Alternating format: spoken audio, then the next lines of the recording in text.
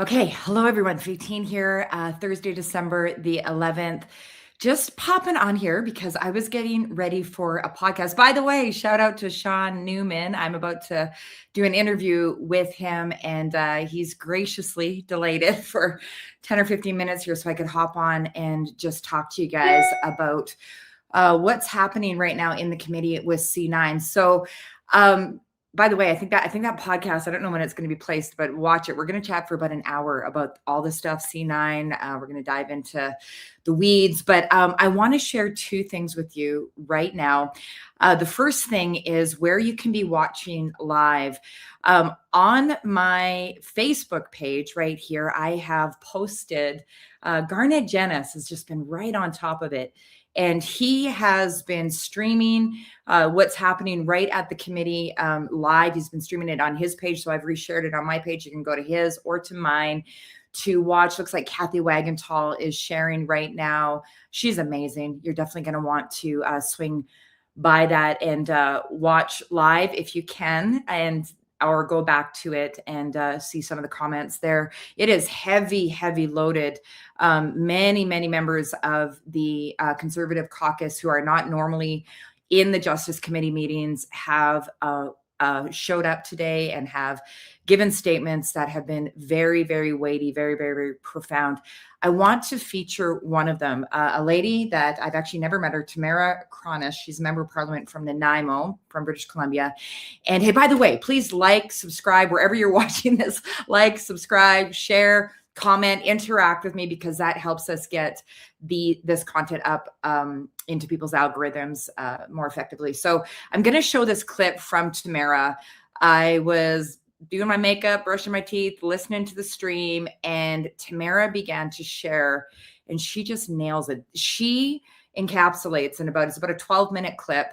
I'm going to play the whole thing. Why we need to stay on the phones, calling our Liberal members of Parliament, calling our own members of Parliament, members of the Justice Committee, and specifically Liberal members of the Liberal caucus, because they're the ones that have the power to bring change in this moment.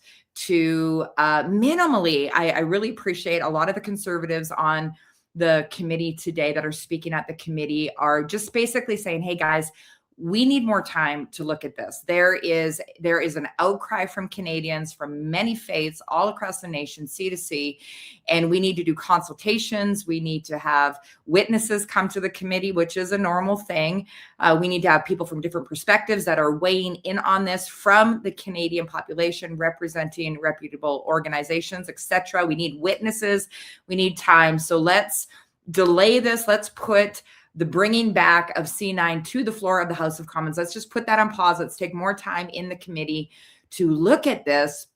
And then they're also really advocating that C-14 should be prioritized in the committee. Both of these bills are actually active at the committee level right now with Justice. So they could be talking about C-9 or C-14. They're focused on C-9 because the powers that be apparently want to see C-9 go back to the floor of the House of Commons so that it can be voted on at third reading and passed in an expedited manner. That seems to be the dynamic at play here. But the Conservatives, in addition to bringing, dialogue, some perspectives about why this is a bad bill and why the amendment was a bad amendment, are also asking the committee to prioritize C-14, which is about the catch and release bail legislation. They're wanting to bring some amendments to that. They're wanting to update the criminal code so that we make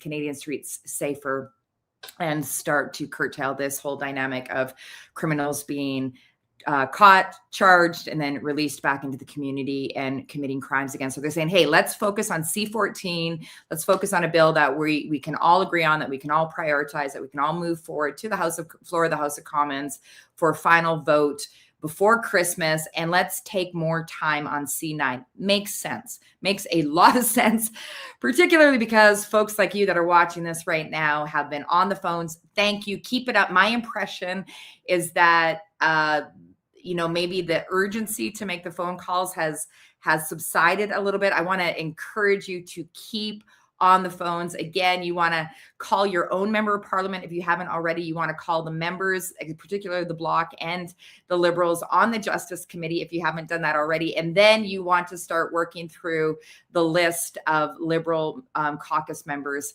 as well. By the way, down at the bottom, right here on the screen, you'll see this little banner that I've got going, and it shows where you can go to get that phone list. So if you go to formycanada.com, then the phone list is right there. But I'm going to get to Tamara's clip right now. I'm going to pull this up. She nails it. She nails why this is not only a bad bill, but why this amendment was so problematic. So without any further delay, I'm going to bring this up here. Thank you very much, Mr. Chair. I just want to confirm that I'm sitting in as a member of the committee from MP Brock for the duration of my remarks. That's correct? As long as he continues to sit back there, yes, you are. Thank you. So I'm As long as you want. pardon? Sorry, I get it. I'm really glad to see Ms. Latanzi is starting to understand the importance of C-14 in her remarks. My constituents are looking to this committee to study that bill. I'm getting a lot of email about it, and they are looking for us not just to send it back to the House, but they're actually looking to hear the perspectives of other Canadians on this. But colleagues, I want to speak today in favor of MP Brock's sub-amendments and MP Lawton's amendment that restores protection for freedom of speech and religion to C-9 after the Bloc and Liberal members of the committee passed an amendment to remove the defense for good faith religious speech from it. I think it was 2 days ago now. All of us around this table know that this defense has never protected the kind of speech that people sometimes imagine that it does. It's never shielded those who deliberately promote hatred. It's never shielded those who promote violence. And it's never actually been a loophole for extremism. The reason that it's existed, as I explained in my intervention a couple of days ago, is to protect sincere expressions of belief by people who are acting in good faith, even when others strongly disagree with them. And yet, the moment that the Liberal Bloc amendment passed, we actually started to see exactly what many of us warned about. My honorable colleague from Niagara West just spoke about unintended consequences, and I'd actually like to provide an example of that, because on my own social media, in the short time since this amendment passed, a community member who does, I will acknowledge, comment frequently, wrote, "Happily it passed," and I'm quoting, "happily it passed, and people like Charlie Kirk in Canada won't be able to hide hate speech behind religious freedom." Now, every member of this committee knows that the amendment will not enable any such thing. It is not going to touch the kind of speech that this individual was talking about. But what the comment does reveal is very important to our deliberations here. And it reveals a sentiment that I hope that this committee will find very troubling, because it is an example of just how quickly and in what manner this amendment will be weaponized. In my remarks the last time we sat, I warned that this amendment would be interpreted by members of our communities as having significance by those who want to silence people whose views they don't approve of. And this comment, which came in such a short period of time, shows how easily people will assume that the removal of the defense gives them license to silence views that they dislike. It demonstrates how eager some Canadians are in this moment and time of tension and division to believe that the criminal code should be used not only to stop hate, but to stop conversations that they find uncomfortable. This is exactly why this defense existed in the first place. It was never about protecting bad actors, and what it was about was protecting the space for good faith disagreement in a diverse and pluralistic country. It acknowledged that Canadians hold deeply different convictions on questions of faith, ethics, and morality, and this is reflected in some of the case law.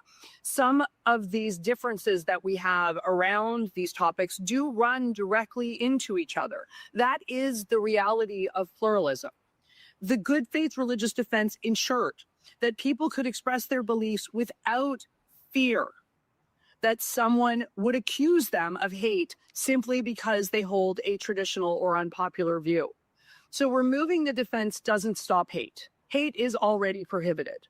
Removing the defense, though, does send a very different signal, and it suggests that the state is narrowing the space for sincere disagreement. It invites people to believe that if they find a belief offensive or outdated, it might now be criminal. And it encourages exactly the kind of misinterpretation that I saw within hours of the vote to pass that amendment, where someone confidently declared that this amendment allows us to target each other. So if the Liberals and the Bloc continue to support the removal of the good faith defense from C-9 and don't support our amendments to protect freedom of speech and freedom of religion, Canadians will be able to conclude that will conclude that it is the intention of these parties to encourage the kind of misinterpretation that we are already seeing online, and that they support the weaponization of C-9 against people of good faith with views that are distasteful to them. Tensions are high in our society, Chair. People are frightened by what they see online. They are exhausted by polarization and desperate to make some of the dialogue out there stop.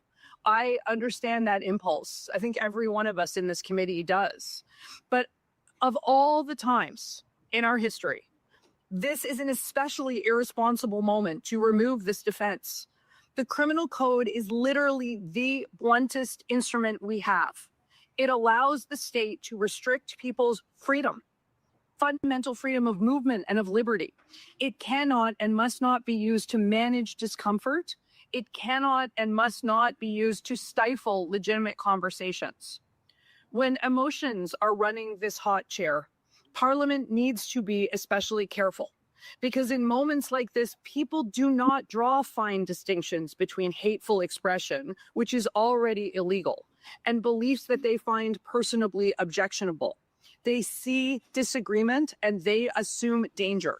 They see traditional religious statements and they assume hostility. And now, without the defense that has long reassured faith communities, they may also assume that these sentiments are criminal.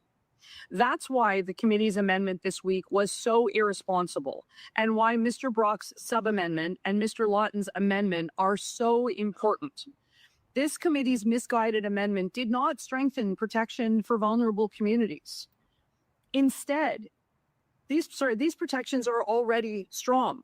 Instead, it weakened the safeguards that preserve space for peaceful disagreement, and it increased the likelihood that ordinary Canadians will misunderstand our intentions and misunderstand the law and try to use it to silence those that they disagree with.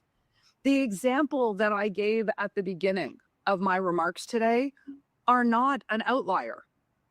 They're a preview. It is the very outcome that many of us warned about. It shows how quickly this disturbing Liberal Bloc amendment will be deployed, not against hate, but against dissent, against neighbors, against community members. And once accusations of criminal hate speech begin to be thrown out, in some cases lightly, trust will break down even further. People will retreat further into their corners. Dialogue will become harder, and the very fabric of our pluralism may begin to fray. Our responsibility as legislators is not only to protect Canadians from hate, but it is also to protect the conditions that allow Canadians to live together despite profound differences. That includes protecting the space for those who express their belief in good faith, whether we agree with them or not. The good faith religious defense was one of the mechanisms that allowed us to maintain the balance. Its removal creates uncertainty where clarity is needed. It invites misuse at a time when restraint is essential. I urge this committee to reflect carefully on what is happening in this room this week and on what we are already seeing out there on social media. When the public misunderstands a legal change within hours of its passage, that is a sign that Parliament is doing the wrong thing. The person who made this comment on my social media is not an intelligent person. It is not an unkind person. It is simply a person who saw what this committee did and believed that circumstances had changed sufficiently to make them be able to go after people whose views they find distasteful. When people believe that the code can now be used to silence views they dislike, that is a sign that we have created expectations that law cannot meet. And when those expectations encourage people to weaponize accusations of hate, that is a sign that we are moving in a dangerous direction. We must recommit ourselves to a balanced approach. We must protect Canadians from true hatred, and we must also protect the space for good faith expression, including religious expression that we find offensive or distasteful, in a country that depends on respectful disagreement to function. Removing this defense, Mr. Chair, does not advance justice. It undermines the very conditions that allow justice, pluralism, and civil dialogue to survive. This committee's unwillingness to put C-9 aside, despite its obvious shortcomings, also stops this committee from dealing with the important issue of liberal bail. As the Liberals sit here trying to restrict the freedom of Canadians, they are letting violent criminals out on bail to do more damage in our communities. Their colleague, the parliamentary secretary to the leader of the government in the House of Commons, is also sitting in the House verbally attacking my Conservative colleagues.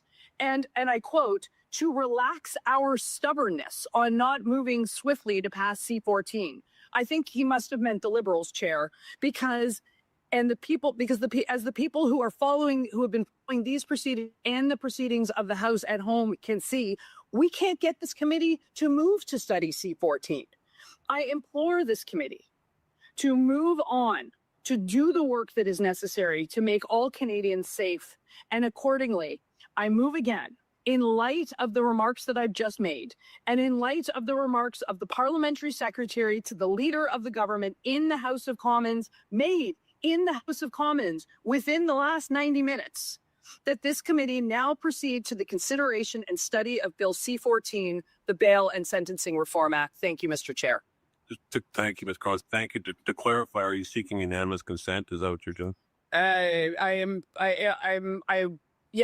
Yes. Pardon? Moving. Yes, I'm actually making a motion, as I believe I'm entitled to do, and it's a dilatory motion, and I believe it might be You're allowed vote. to bring the motion. I am bringing a motion throughout this morning. I just wanted to make sure which one we're on. Yeah, no, I'm bringing a motion, and I'd like a recorded vote, Mr. Chair. Okay, well, I'm ruling the motion. We've already decided that motion several times today, so we'll move on. Who has this floor next? Well, there you have it, guys. Okay, so that's what just happened. That was probably about, if I had to guesstimate here, it's about an hour ago that Tamara brought those. So this is why, exactly why we need to keep the press on and continue with those phone calls. You watch this and you're just like, whoa. So there are already people out there in Canadian society that are saying, hey, this is a great thing that this amendment was passed because it means that we're going to be able to prosecute people like, and she uses the example of Charlie Kirk.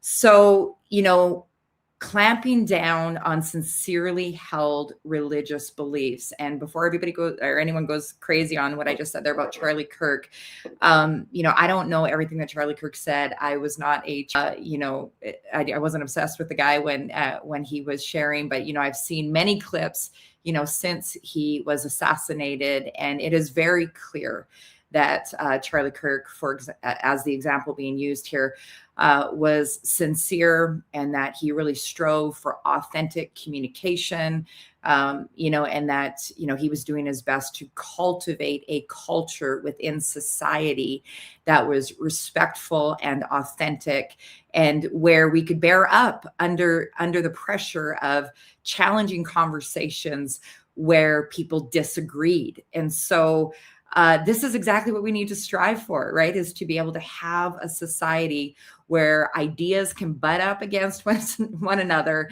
and we can respectfully disagree, and we can bring our sincerely held views to the table, no matter who we are, whether we're a person of faith or not a person of faith, and no matter what faith we are of.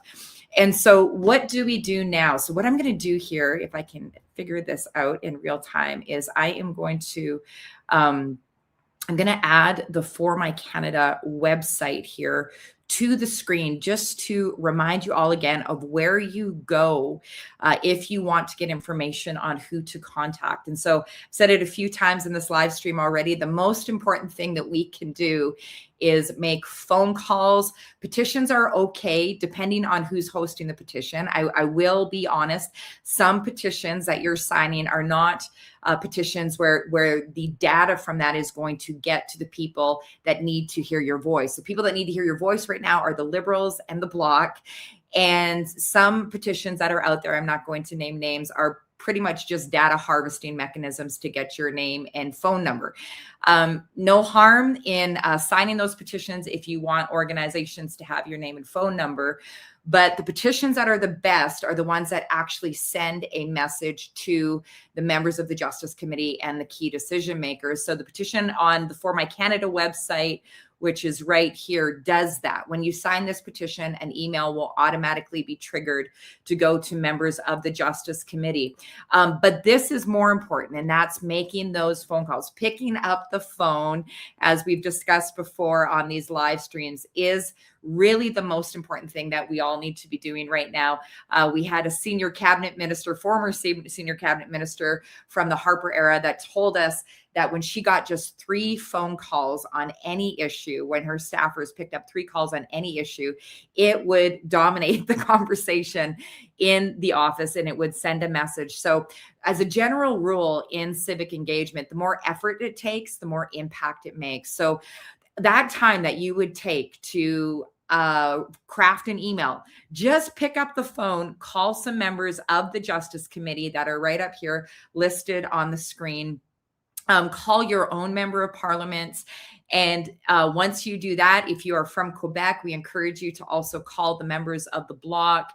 And if you're not from Quebec, and I say if you're not from Quebec because members of the Bloc, the ones that are really pushing for this to be moved forward, and those in the Liberal caucus that are coalescing with them, members of the Bloc in general won't listen to people outside of Quebec. They will only listen to those residents of Quebec that call. The Liberals, there are 170 members of the Liberal caucus, and some of these members of the caucus are in very tight ridings. These are the ones that are going to shudder and shake if their phone lines are going off the hook. So we've highlighted in yellow here on the website who those members of parliament are within the Liberal caucus that particularly need to be contacted. I've had some people email and ask the great question, if this isn't my member of parliament, should I still call them? Absolutely. These people are making decisions that will impact you, your children, your pastor, people that you love, your neighbor,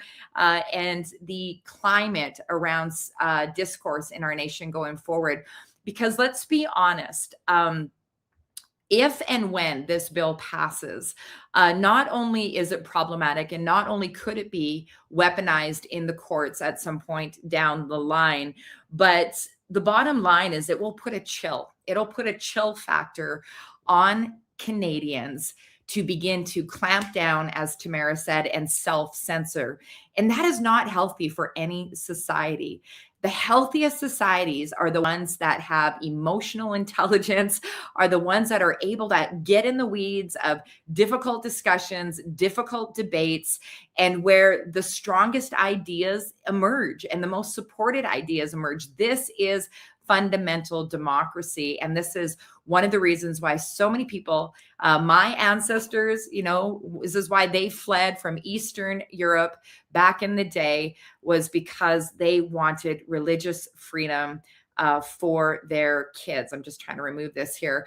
And so this matters. This matters not just for us. This matters not just for our pastors on Sunday morning. This matters for parents that want to have conversations with their kids about things. And it matters for people of all faiths. And want to emphasize again, because there's been some confusion around this, that inciting genocide, inciting violence, doing an hateful action that under the banner or the guise of your faith is already criminal, is already illegal, and those laws have already not been utilized to the extent that they should have been over the last couple of years with the rise of anti-Semitism, etc. So this bill, this bad bill, C-9 and the bad amendment, will not solve the anti-Semitism problem. We already have those laws on the books.